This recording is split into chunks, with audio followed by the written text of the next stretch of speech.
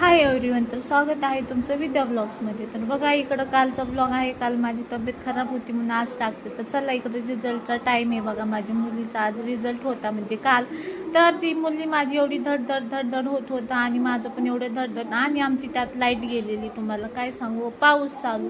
आणि आज बघू शकता आरशामध्ये, तर अहो बघत होते ऑनलाईन रिझल्ट. आणि एवढं धडधड होत होतं, तुम्हाला काय सांगू. माझं तर जीव एवढा खाली, पण माझ्या पोरीला मी नव्हते दाखवून देत.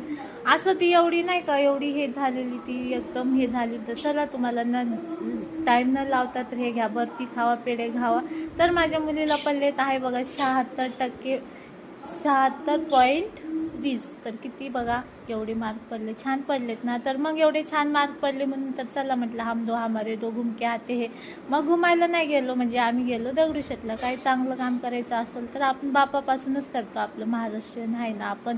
मग असा मस्त मस्त लुक होता बाहेर बघा, कसला भारी व्ह्यू होता. पाऊस पडलेला आणि असं थंड थंड वातावरण होतं. आणि आमच्या इथं हे बघा, घराची थोडं पुढे एवढी भारी नर्सरी आहे ना, किती क्यूट क्यूट झाडं वगैरे.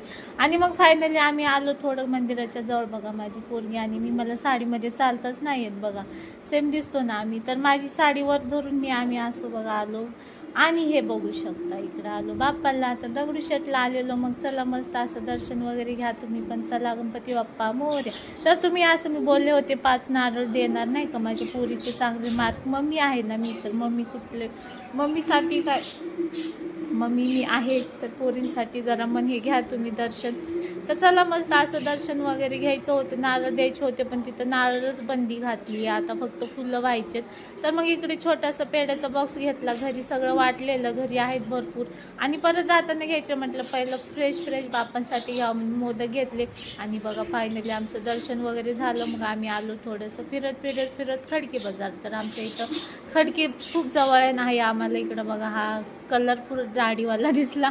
आणि मग नंतर आम्ही खडकीमध्ये फेमस मिसळ खायला गेलो. माझ्या पोरीला तिचा आज फेवरेट रिझल्ट तेवढा छान आणला, म्हटलं तर नको का तिच्या मनासारखं राहिलं. मग तिला बघा मस्त अशी मिसळ चाराय गेलो.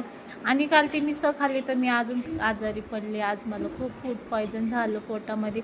मग तिकडं मिसळ वगैरे खाल्ली आणि परत म्हटलं पेढे घेऊन जावं म्हणून तिकडून 1 किलो परत पेढे घेतले.